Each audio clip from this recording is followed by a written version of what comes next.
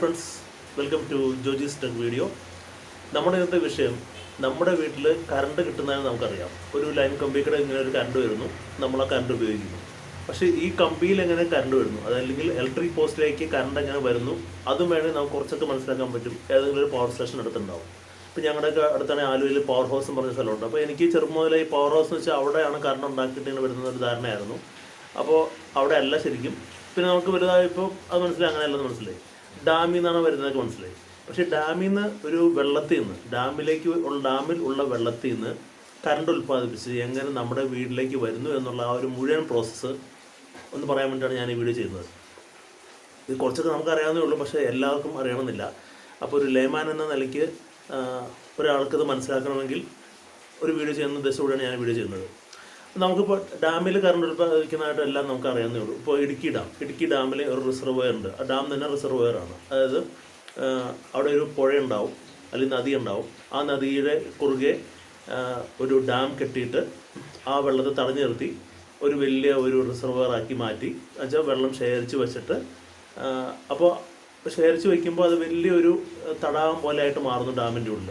അപ്പോൾ അതിനൊരു potential energy ഉണ്ട്. അതായത് നല്ല ഹൈറ്റിനാണല്ലോ വെള്ളം ഇരിക്കുന്നത്. അപ്പോൾ അതിൻ്റെ ആ സൈഡിൽ കൂടെ നമുക്ക് ഡാം കണ്ടറിയാം. ഡാം ഞാൻ വരച്ച് വെച്ചിട്ടുണ്ട് ഇവിടെ ഡാം. ഈ ഡാമിൻ്റെ സൈഡിൽ കൂടെ ഇങ്ങനെ വെള്ളം ഇങ്ങനെ ഒഴുകി പോകണം. അപ്പോൾ ആ ഒഴുകി വരുന്ന വെള്ളം നല്ല ശക്തിയായിട്ടായിരിക്കും ഒഴുകുക.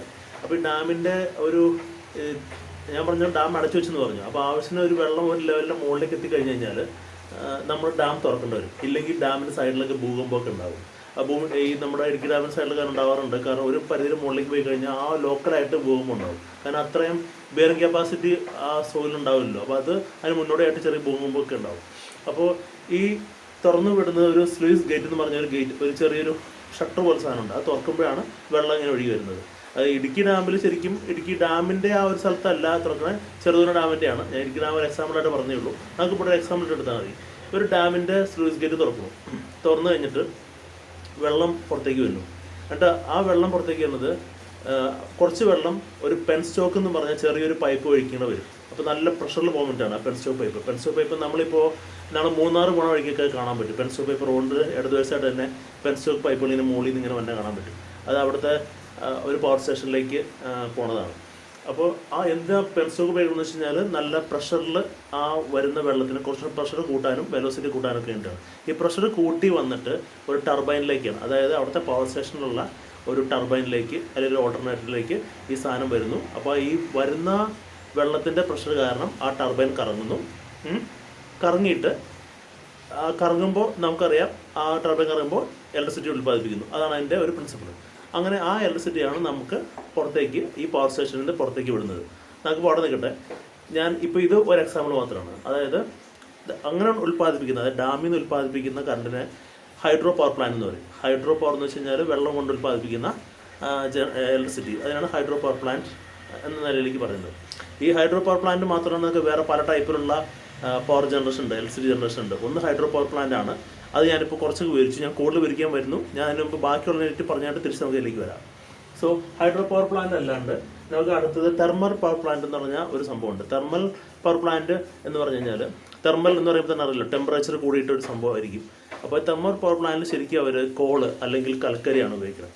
കൽക്കരി നല്ല ഹൈ ടെമ്പറേച്ചറിൽ കത്തി കഴിയുമ്പോൾ അതിന് വരുന്ന ചൂട് കൊണ്ട് അപ്പോൾ അവിടെ വെള്ളം ഉണ്ടാവും. ആ വെള്ളത്തിന് നീരാവിയാക്കി പറ്റും. ഈ നീരാവിയായി മാറിയ അല്ലെങ്കിൽ സ്റ്റീമായിട്ട് മാറിയ ആ വെള്ളം ഹൈ പ്രഷറിൽ ഈ പറഞ്ഞാൽ പിന്നെ ടർബൈനിലേക്ക്, അവിടെ ഒരു ടർബൈൻ ഉണ്ടാവും. ആ ടർബൈനിലേക്ക് വന്ന് അടിച്ച് ടർബൈൻ കറക്കി പിന്നെ സെയിം പ്രോസസ്സാണ് വരുന്നത്. പിന്നെ അതേപോലെ കറണ്ട് ഉൽപ്പാദിപ്പിച്ച് പിന്നെയും പോകുന്നു. അപ്പോൾ അത് തെർമൽ പവർ പ്ലാന്റ്. ഇനി വരുന്നത് nuclear power plant. Nuclear power plant എന്ന് പറഞ്ഞു കഴിഞ്ഞാൽ അവിടെ ഈ കൽക്കരിക്ക് പകരം ന്യൂക്ലിയർ എനർജി ഉൽപ്പാദിപ്പിക്കുന്ന യുറേനിയം പോലത്തെ സോഴ്സ് ആയിരിക്കും, അല്ലെങ്കിൽ ഫ്യൂലായിരിക്കും ഉപയോഗിക്കുക. അപ്പോൾ യുറേനിയത്തിനുള്ളിൽ ആറ്റമിക് റിയാക്ഷൻ നടക്കുമ്പോൾ ഉണ്ടാകുന്ന എനർജി ഹീറ്റായിട്ട് മാറി ഈ ഹീറ്റ് അവിടെയുള്ള വെള്ളത്തെ പിന്നെ നീരാവിയാക്കി മാറ്റി ഈ നീരാവി പ്രഷറിൽ കൊണ്ടുപോയി ഒരു നല്ല പ്രഷറിൽ വന്നിട്ട് ടർബൈനിൽ അടിച്ചിട്ട് ഓൾട്ടർനേറ്ററിൽ വന്നടിച്ച് കറങ്ങി അവിടെ കറണ്ട് പിന്നെ ഉൽപ്പാദിപ്പിക്കുന്നു. ബാക്കി പ്രോസസ്സൊക്കെ സെയിമാണ്. അവിടെ എങ്ങനെ വന്നാൽ നമുക്ക് ഈ ടർബൈൻ കറക്കുക എന്നുള്ള ഒരു സംഭവമാണ് വേണ്ടത്. അതിന് പല സോഴ്സ് ഉപയോഗിക്കുന്നത് മാത്രമേ ഉള്ളൂ. ഇപ്പോൾ ഞാൻ പറഞ്ഞപ്പോൾ മൂന്നെണ്ണം പറഞ്ഞു. ഹൈഡ്രോ പവർ പ്ലാന്റ് പറഞ്ഞു, തെർമൽ പവർ പ്ലാന്റ് പറഞ്ഞു, ന്യൂക്ലിയർ പവർ പ്ലാന്റ് പറഞ്ഞു. ന്യൂക്ലിയർ പവർ പ്ലാന്റ് ഇന്ത്യയിൽ പല സ്ഥലത്തായിട്ടുണ്ട്, നമ്മുടെ കേരളത്തിലുണ്ട്. ഇനി ഡീസൽ പവർ പ്ലാന്റിലും ഈ ഫ്യൂവൽ ഡീസലായിട്ട് ഉപയോഗിക്കുന്നു എന്ന് മാത്രമേ ഉള്ളൂ. ഇപ്പോൾ ചെറിയൊരു എക്സാമ്പിൾ എന്ന് വെച്ചാൽ നമ്മുടെ ഡീസൽ ജനറേറ്റർ, ചെറിയ ഡീസൽ ജനറേറ്റർ വാങ്ങിക്കാൻ കിട്ടുന്നതൊക്കെ ഡീസൽ ഉപയോഗിച്ച് അപ്പോൾ തന്നെ അവിടെ നിന്ന് കറണ്ട് ഉൽപ്പാദിച്ച് വരുന്നത് സെയിം പ്രോസസ് വഴിക്ക് തന്നെയാണ്. ഡീസൽ ഉപയോഗിക്കുന്നു, അതിൽ നിന്ന് കറണ്ട് ഉൽപ്പാദിക്കുന്നു. അങ്ങനെ ഡീസൽ പവർ പ്ലാന്റ്, അത് ഡീസൽ ജനറേറ്ററിൻ്റെ സെയിം തന്നെയാണ് ഫംഗ്ഷൻ. ഇനി ഇത് വിൻഡ് പവർ പ്ലാന്റ് നമുക്കറിയാം. നമുക്ക് ഈ പാലക്കാട്ടേക്കൊക്കെ പോയി കഴിഞ്ഞാൽ, അല്ലെങ്കിൽ കോയമ്പത്തൂരൊക്കെ പോണ വഴിക്ക് ലെഫ്റ്റ് സൈഡിലായിട്ട് തമിഴ്നാട്ടിലേക്ക് കയറി കഴിയുമ്പോഴേക്കും ലെഫ്റ്റ് സൈഡിലായിട്ട് കുറേ വിൻഡ് മിൽസ് ഇങ്ങനെ കാണാം. വലിയ ഇങ്ങനെ നമ്മുടെ ലീഫുള്ള വിൻഡ് മില്ല് ഇങ്ങനെ അവിടെ, കാരണം ആ ഭാഗത്ത് കാറ്റ് കൂടുതൽ കാരണമാണ് അവിടെ വിൻഡ് മില്ല് തുടങ്ങിയിരിക്കുന്നത്. അപ്പോൾ അതിങ്ങനെ ഓട്ടോമാറ്റിക്കായിട്ട് കാറ്റ് കൂടുന്നതനുസരിച്ച് കറങ്ങിക്കൊണ്ടിരിക്കും. കറങ്ങുമ്പോൾ അതിനോട് തന്നെ ബന്ധിപ്പിച്ചിട്ട് ഒരു ജനറേറ്റർ പവർ ഉണ്ടാക്കുന്ന ഒരു സംഭവം വെച്ചിട്ടുണ്ടാവും. അപ്പോൾ അത് കറങ്ങുമ്പോൾ ഇലക്ട്രിസിറ്റി ഉണ്ടാക്കിയിട്ട് അത് ആ ഒരു വഴിക്ക്, അത് കാറ്റടിക്കുമ്പോൾ മാത്രമാണ് ഫംഗ്ഷൻ ചെയ്യുന്നത്. പക്ഷേ അതുകൊണ്ട് തന്നെ കാറ്റുള്ള സ്ഥലത്തായിരിക്കും ഇവർ ഈ വിൻഡ് പവർ മിൽസ് വയ്ക്കുക. കാറ്റുള്ള സ്ഥലത്ത് വെച്ചിട്ട് കാര്യമില്ല, നല്ല ഉയരം കൂടിയ കാറ്റുള്ള സ്ഥലത്തായിരിക്കും വിൻഡ് മിൽസ് വയ്ക്കുക. അത് കഴിഞ്ഞിട്ട് ഇനി നമുക്ക് സോളാർ പവർ പ്ലാന്റ് നമുക്ക് എല്ലാവർക്കും അറിയാവുന്നേ ഉള്ളൂ. നമുക്കിപ്പോൾ കൊച്ചി എയർപോർട്ടിൽ പോയി കഴിഞ്ഞാൽ, ഇന്ത്യയിലെ തന്നെ ഫസ്റ്റ് സോളാർ പവർ പ്ലാന്റ് കൊണ്ട് പ്രവർത്തിക്കുന്ന ഒരു എയർപോർട്ടാണ് നമ്മുടെ നെടുമ്പാശ്ശേരി എയർപോർട്ട്. അവിടെ കംപ്ലീറ്റ് ഒരു ഏരിയ മുഴുവനും ഇങ്ങനെ സോളാർ പവർ പ്ലാന്റിൻ്റെ പാനൽസ് വെച്ചിട്ട് കാണാം. അപ്പോൾ ഈ പാനൽസ് വെച്ചിട്ട് അതിൽ നിന്ന് DC കറണ്ടാണ് ഉൽപ്പാദിപ്പിക്കുന്നത്. DC ഇൻവേർട്ടർ വഴി കൺവേർട്ട് ചെയ്തിട്ട് AC ആക്കി മാറ്റിയിട്ട് ആ ഒരു എയർപോർട്ടിൻ്റെ കംപ്ലീറ്റ് ഫംഗ്ഷൻ അതിലാണ് നടത്തുന്നത്. ഇതല്ലാണ്ട് തന്നെ സോളാർ പവർ പ്ലാന്റ് വേറെ രീതിയിൽ ഉണ്ടെന്ന് ഞാൻ കേട്ടിട്ടുണ്ട്. അതായത് ഈ സോളാർ പവർ പ്ലാന്റിൽ നിന്ന് റിഫ്ലക്റ്റ് ചെയ്യുന്ന ഓരോ സെൽസ് വയ്ക്കും. ആ സെൽസിൽ നിന്ന് നമ്മുടെ സൂര്യപ്രകാശം ഒരു ഏകദേശം നടുക്കിരിക്കുന്ന ഒരു വെള്ളം നിറച്ചൊരു ടാങ്കിലേക്ക് റിഫ്ലക്റ്റ് ചെയ്യിച്ചിട്ട് ആ ടാങ്കിൻ്റെ ഉള്ളിലത്തെ വെള്ളത്തിനെ നീരാവിക്ക് മാറ്റി പിന്നെ സെയിം പ്രോസസ്സ്, ആ നീരാവി പ്രഷറിൽ പോയിട്ട് ടർബൈൻ കറക്കി ഉണ്ടാക്കുന്ന അങ്ങനെ സംഭവം ഞാൻ കേട്ടിട്ടുണ്ട്. അപ്പോൾ ഇത് സോളാർ പവർ പ്ലാന്റ്. ഇനിയുള്ളത് ജിയോ തെർമൽ പവർ പ്ലാന്റ് എന്ന് പറയും. ജിയോ തെർമൽ പവർ പ്ലാന്റ് ശരിക്കും പറഞ്ഞാൽ ഇന്ത്യയിൽ എവിടെയില്ല. അത് ഭൂമിയിൽ ചില സ്ഥലത്ത് മാത്രമേ പറ്റുള്ളൂ. നമുക്കറിയാം, ഈ ഭൂമിയുടെ അടിയിലേക്ക് പോയി കഴിഞ്ഞാൽ, അതായത് ഭൂമിയുടെ എർത്ത് ക്രസ്റ്റ്, ഈ എർത്തിൻ്റെ കോർ എന്നുള്ള സംഭവം ഭയങ്കര ഉരുകി തിളച്ചായിരിക്കും, ലാവ പോലെ ഇങ്ങനെ ഉരുകി തിളച്ചിരിക്കും, നല്ല ഹൈ ടെമ്പറേച്ചർ ഇരിക്കുന്ന സ്ഥലം നമുക്കറിയാം. ഇപ്പോൾ ഇന്തോനേഷ്യ അങ്ങനെയുള്ള സ്ഥലങ്ങളിലൊക്കെ ഈ ലാവ ഇടയ്ക്ക് അഗ്നിപർവ്വതം പോലുള്ള സ്ഥലങ്ങളൊക്കെ നമുക്കറിയാം. അങ്ങനെയുള്ള സ്ഥലങ്ങളിൽ നമുക്ക് വയ്ക്കാൻ പറ്റുന്ന ഒരു പ്ലാന്റാണ് ജിയോ തെർമൽ പ്ലാന്റ്. അതായത് എർത്ത് ക്രസ്റ്റിൻ്റെ കുറച്ച് അടിയിലേക്ക് പോയി കഴിഞ്ഞാൽ എന്തായാലും ചൂടാണെന്ന് അറിയാം, അതായത് ലാവ ഉള്ളതായിരുന്നു. അപ്പോൾ ഇവരെന്ന് വെച്ചാൽ അങ്ങനെയുള്ള ഏരിയയിൽ ഈ പ്ലാന്റ് സ്ഥാപിച്ചിട്ട് ഒരു കുഴി കുത്തിയിട്ട് അതിൻ്റെ ഉള്ളിൽ, അപ്പോൾ ഒരു കുറേ ഉള്ളിലേക്ക് ഡീപ്പായിട്ട് കുഴിക്കും. അപ്പോൾ എവിടെയാണോ ആ ചൂട് വരുന്നത് അവിടെ വരെ കുഴിക്കും, ലാവയുടെ ചൂട് വരുന്ന സ്ഥലം വരെ. അപ്പോൾ അതിൽ വെള്ളം നിറയ്ക്കുമ്പോൾ ഈ വെള്ളം പിന്നെ നീരാവിയായിട്ട് മാറുമല്ലോ. കാരണം ചൂടടിയിൽ നിന്ന് തന്നെ ഓട്ടോമാറ്റിക്കായിട്ട് തന്നെ നമുക്ക് പ്രത്യേകിച്ച് എനർജി കൊടുക്കാണ്ട് തന്നെ എർത്തിൻ്റെ തന്നെ ആ ചൂട് ഇങ്ങനെ കിട്ടി ഈ നീരാവിയായിട്ട് പോയി, ഈ നീരാവി നല്ല പ്രഷറിൽ പോയി ടർബൈൻ കറക്കി സെയിം ഫംഗ്ഷൻ അങ്ങനെ അത് ചെയ്യും. അപ്പോൾ ഞാനിപ്പോൾ ജിയോ തെർമൽ പറഞ്ഞു. ഇനിയുള്ളത് കടലിലുള്ളത് ടൈഡൽ പവർ പ്ലാന്റ് എന്ന് പറഞ്ഞു കഴിഞ്ഞാൽ നമുക്കറിയാം, തിരമാല വേലിയേറ്റമുള്ള സമയം, ഇറക്കമുള്ള സമയമൊക്കെ തിരമാല മുകളിലേക്കും താഴേക്കായിട്ട് ഇങ്ങനെ പോണ കാണാം. അപ്പോൾ ഏകദേശം അതിൻ്റെ ഒരു ആവറേജ് ഡിസ്റ്റൻസ് കണക്കാക്കി മിഡിലിൽ ഒരു ടർബൈൻ വെച്ച് കഴിഞ്ഞാൽ ഈ തിരമാലയുടെ അങ്ങോട്ട് മുകളിലേക്കും താഴേക്കുള്ള ആ ഒരു മൂവ്മെൻറ്റ് വഴിക്ക് തന്നെ ഈ ടർബൈൻ കറങ്ങിക്കൊണ്ടിരിക്കും. ഓട്ടോമാറ്റിക് എടുക്കുക, ആരും കറക്കേണ്ട കാര്യമില്ല, ടർബൈൻ കറങ്ങിക്കൊണ്ടിരിക്കും. അപ്പോൾ നമ്മുടെ മെയിൻ ഉദ്ദേശം എന്താണ്? ടർബൈൻ കറക്കുക എന്നുള്ളതാണ്. ടർബൈൻ കറക്കാൻ എനർജി വേണം, അത് നമുക്ക് പ്രകൃതിയിലുള്ള എനർജി തന്നെയാണ് ഉപയോഗിക്കുക. അപ്പോൾ തിരമാലയുടെ ടൈലർ എനർജി കൊണ്ട് കറക്കി അത് പല പരീക്ഷണം വന്നിട്ടുണ്ട്. ഇപ്പോൾ വളരെയധികം അഡ്വാൻസ് ആയിട്ട് പോയിക്കൊണ്ടിരിക്കുന്ന കാര്യമാണ്. കാരണം ഇത് ഈ ഫോഴ്സ് എങ്ങനെ വന്നാലും എപ്പോഴും കണ്ടിന്യൂസ് ആയിട്ട് നടക്കുന്ന ഒരു ഫോഴ്സാണ് ടൈഡൽ വേവ് എനർജി എന്ന് പറയാം. അപ്പോൾ അതുകൊണ്ട് തന്നെ ഇപ്പോൾ അതിൽ നിന്ന് പല രാജ്യങ്ങളും തിരമാല ടൈഡൽ വേവ് എനർജി കൊണ്ടും ഈ ഒരു പവർ പ്ലാന്റ് സ്ഥാപിച്ചു കഴിഞ്ഞു പല സ്ഥലത്തും. പിന്നെ ഞാൻ കേട്ടത് കാനഡ സ്ഥലങ്ങളിലൊക്കെ വീഡ്സില്ലേ, കടൽ അടിയിലത്തുള്ള വീഡ്സുള്ള ആ വീഡ്സ് പോലത്തെ നമ്മൾ ആർട്ടിഫിഷ്യൽ വീഡ്സ് ഉണ്ടാക്കിയിടുന്നു. അവിടെ ഈ ഒരു ഉപരിതലം മുഴുവനും, കടലിൻ്റെ അടിവശം മുഴുവനും ഉണ്ടാക്കിയിടുമ്പോൾ പിന്നെ തിരമാല പോകുമ്പോൾ ഈ സാധനം പോയി ഇളകുമല്ലോ. ആ ഇളകിനനുസരിച്ചിട്ട് ആ മൂവ്മെൻറ്റിൽ നിന്നും ഇവർ ടർബൈൻ കറക്കാനുള്ള എനർജി ചില സിറ്റികളൊക്കെ US ഉണ്ടാക്കിയിട്ടുണ്ടെന്ന് ഞാൻ കേട്ടിട്ടുണ്ട്. അതിൻ്റെ ഒരു അറിവ് പങ്കുവെച്ചതേ ഉള്ളൂ. സോ ഇതൊക്കെയാണ് പവർ പ്ലാന്റ്സ്. ഈ പല രീതിയിലും പവർ പ്ലാന്റ്സ് ഉണ്ടാക്കുന്നത്. ഇപ്പോൾ ഞാൻ കുറച്ച് മുമ്പ് പറഞ്ഞു വയ്ക്കുകയാണെങ്കിൽ നമുക്ക് ഡാമിലേക്ക് തിരിച്ചു വരാം. അവിടെ നമ്മൾ ഈ ടർബൈൻ കറക്കി കറണ്ട് ഉണ്ടാക്കിയെന്ന് ഞാൻ പറഞ്ഞല്ലോ. ഇനി അത് കഴിഞ്ഞിട്ട് അതെങ്ങനെ ഡിസ്ട്രിബ്യൂട്ട് ചെയ്യണമെന്ന് പറയാം. ഈ ടർബൈൻ കറക്കി കറണ്ട് ഉണ്ടാക്കി കഴിഞ്ഞാൽ പെൻസ്റ്റൽ പേപ്പർ വന്ന് ടർബൈൻ കറക്കി കറണ്ട് ഉണ്ടാക്കി ആ കറണ്ട് 11 kV ആയിരിക്കും. 11 kV എന്ന് പറഞ്ഞാൽ 11,000 വോൾട്ട്. K 1000 ആണല്ലോ. അപ്പോൾ 11,000 വോൾട്ടാണ് നമ്മുടെ ഡാമുകളിൽ നിന്ന് നമ്മളുണ്ടാക്കുന്ന കറണ്ടിൻ്റെ ആ ഒരു വോൾട്ടേജ്. 11,000 വോൾട്ടാണ് 11 kV. ഓക്കെ, അല്ല 12 kV ആ ലെവലിലേക്കും വരിക. അപ്പോൾ ഈ 11 kV നമുക്ക് അങ്ങനെ അങ്ങ് കൊണ്ടുപോയി കഴിഞ്ഞാൽ ഒരിക്കലും ദൂരദർശനങ്ങളിൽ കൊണ്ടുപോകാൻ പറ്റില്ല. അതായത് കുറേ ദൂരേക്ക് കറണ്ട് യാത്ര ചെയ്യുമ്പോൾ പവർ ലോസ് ഉണ്ടാവും. കാരണം ഓംസ് ലോ പ്രകാരം പവർ ലോസ് ഉണ്ടായേ പറ്റൂ. അപ്പോൾ ആ ഓംസ് ലോ ഉള്ള കാരണം തന്നെ പവർ ലോസ് ഉണ്ടാവേണ്ടെങ്കിൽ എന്ത് ചെയ്യണം? വോൾട്ടേജ് കൂട്ടണം. വോൾട്ടേജ് കൂട്ടുമ്പോൾ ശരിക്കും ഡയറക്ട്ലി പ്രൊപ്പോർഷണലാണ് കറണ്ട്. അല്ലെങ്കിൽ വോൾട്ടേജ് നഷ്ടപ്പെട്ട് കഴിഞ്ഞാൽ കറണ്ടും കുറയേണ്ടതാണ്, വോൾട്ടേജ് കൂടി കഴിഞ്ഞാൽ കറണ്ടും കൂടേണ്ടതാണ്. പക്ഷേ ഈ ട്രാൻസ്ഫോമർ എന്നുള്ളത് ഒരു കോൺസ്റ്റൻ്റ് ആയിട്ടുള്ള ഒരു പവറായിട്ട് നിർത്താൻ പറ്റുവാണെങ്കിൽ വോൾട്ടേജ് കൂടിയാലും ഈ പവർ കുറയ്ക്കാൻ പറ്റും എന്നുള്ളതാണ് അതിൽ പറഞ്ഞത്. വോൾട്ടേജ് കൂടിക്കഴിഞ്ഞാൽ പോലും പവർ കുറച്ചുകൊണ്ട് വരാമെന്നാണ് പറയുന്നത്. അപ്പോൾ അതുകൊണ്ടാണ് ഈ നമുക്ക് ഹൈ വോൾട്ടേജ് കൊടുക്കുക. 11 kV ഒന്നും പോരാ. അപ്പോൾ നമ്മൾ എന്ത് ചെയ്യും? 400 kW പോകും, അല്ലെങ്കിൽ 450 kW, അല്ലെങ്കിൽ 500 kW.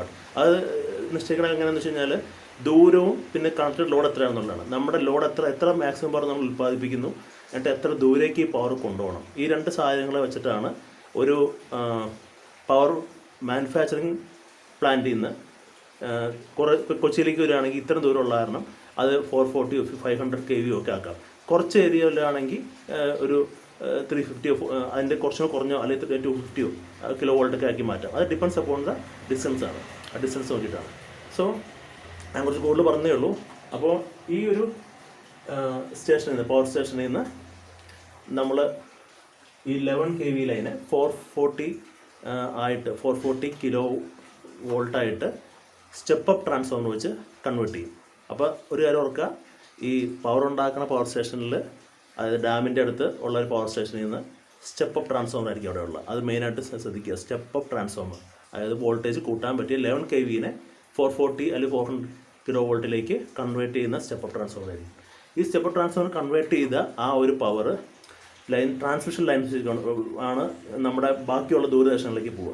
അത് നമ്മൾ റോഡിലൂടെ പോകുമ്പോൾ വലിയ ഹൈ ടവർ വെച്ചിട്ടുള്ള ലൈൻസ് ഒക്കെ ഉണ്ടാവുമല്ലോ, റോഡിൻ്റെ സ്ഥലത്തൊക്കെ കാണാൻ പറ്റും. ഇങ്ങനെ റോഡ് ക്രോസ് ചെയ്തും അല്ലെങ്കിൽ മരയുടെ മുകളിൽ കിടക്കും ഇങ്ങനെ കുറേ ദൂരെ പോകുന്നതൊക്കെ കാണാൻ പറ്റുമല്ലോ. അപ്പോൾ ഇങ്ങനത്തെ ലൈൻസൊക്കെ high voltage power transmission lines എന്ന പേരിലാണ് അറിയപ്പെടുന്നത്. അപ്പോൾ ഇതൊക്കെ ഇത് ഹൈ വോൾട്ടേജ് ട്രാൻസ്മിഷൻ ലൈൻസാണ്. ഈ ലൈൻസാണ് കുറേ ദൂരേക്ക് കൊണ്ടുപോകുക. അപ്പോൾ സപ്പോസ് ഇപ്പോൾ മൂലമറ്റത്തുനിന്ന് അല്ലെങ്കിൽ ഇടുക്കിയിൽ നിന്ന് ആ സ്ഥലത്ത് നിന്ന് നമുക്ക് ഇങ്ങോട്ട് ആലുവയ്ക്ക് കറണ്ട് എത്തിയെന്ന് പറയാം. അത് ഇങ്ങനത്തെ ഹൈ ട്രാൻസ്മിഷൻ ലൈൻസിലൂടെ തന്നെ നമുക്ക് റോഡിൽ പോകുമ്പോഴൊക്കെ കാണാവുന്നതാണ്. ഈ ട്രാൻസ്മിഷൻ ലൈൻസ് ആലുവയിൽ എത്തിക്കഴിഞ്ഞാൽ ഇവിടെ ഉണ്ട് ഒരു power house. Aluva power house എന്ന് പറയും. ഈ പവർ ഹൗസ് എന്ന് വെച്ചാൽ അതൊരു സബ്സ്റ്റേഷനാണ്. ആ സബ്സ്റ്റേഷനിൽ ഈ 440 kV എന്ന ലൈൻ അതേപോലെ നമുക്ക് വീട്ടിലേക്ക് കൊടുക്കാൻ പറ്റില്ല. കാരണം അത് ഭയങ്കര 440,000 വോൾട്ടാണ്. അപ്പോൾ അതെന്തായാലും ചെയ്യാൻ പറ്റാത്തതാണ് ഈ പവർ സ്റ്റേഷനിൽ ഇത് സ്റ്റെപ്പ് അപ്പ് ഡൗൺ ചെയ്യും. സ്റ്റെപ്പ് അപ്പ് അല്ല, സ്റ്റെപ്പ് ഡൗൺ ട്രാൻസ്ഫോമേഴ്സ് ഉണ്ട് നമ്മുടെ പവർ സ്റ്റേഷനിലൊക്കെ. സ്റ്റെപ്പ് ഡൗൺ ട്രാൻസ്ഫോമേഴ്സ് ആക്കിയിട്ട് ഈ 440 kV നമുക്കൊരു 13 kV ആയിട്ട് കുറയ്ക്കും. അപ്പോൾ ഈ പോകുന്ന വഴിക്ക് വേറെ കാര്യം നോക്കുന്നുണ്ട്. ഈ പോകുന്ന വഴിക്ക് ഹൈ ട്രാൻസ്മിഷൻ വഴിക്ക് നേരെ പോകുന്ന കുറേ ദൂരം നിന്നുള്ള തന്നെ. അപ്പോൾ പോകുന്ന വഴിക്ക് ഏതെങ്കിലും ഒരു വലിയൊരു ഫാക്ടറിയോ അങ്ങനെയൊക്കെ ഉണ്ടെങ്കിൽ ഇവിടെ ഈ ഹൈ ട്രാൻസ്മിഷൻ ലൈനിൽ തന്നെ ഡയറക്റ്റ് ലൈനും വലിക്കാൻ പറ്റും. അങ്ങനെയും കൊടുക്കാറുണ്ട്. കാരണം ഡിപ്പെൻസ് അപ്പോൺ ആ ഫാക്ടറിക്ക് ചിലപ്പോൾ അവർക്കൊക്കെ HT ലൈൻ ആയിരിക്കും. ഫാക്ടറി എന്ന് പറഞ്ഞു കഴിഞ്ഞാൽ ശരിക്കും കേരളത്തിൽ വെച്ച് പറയുകയാണെങ്കിൽ 100 kV ലോഡ് വരുന്ന ഒരു ഇൻഡസ്ട്രിക്ക് HT ലൈൻ എടുക്കാനുള്ള അർഹതയുണ്ട്. സോ അവർക്കൊക്കെ വേണമെങ്കിൽ അടുത്തുണ്ടെങ്കിൽ അവർ ഡയറക്റ്റായിട്ട് ഈ ലൈനിൽ നിന്ന് തന്നെ ഇതിൽ നിന്ന് തന്നെ ലൈൻ വലിച്ച് കൊടുക്കും.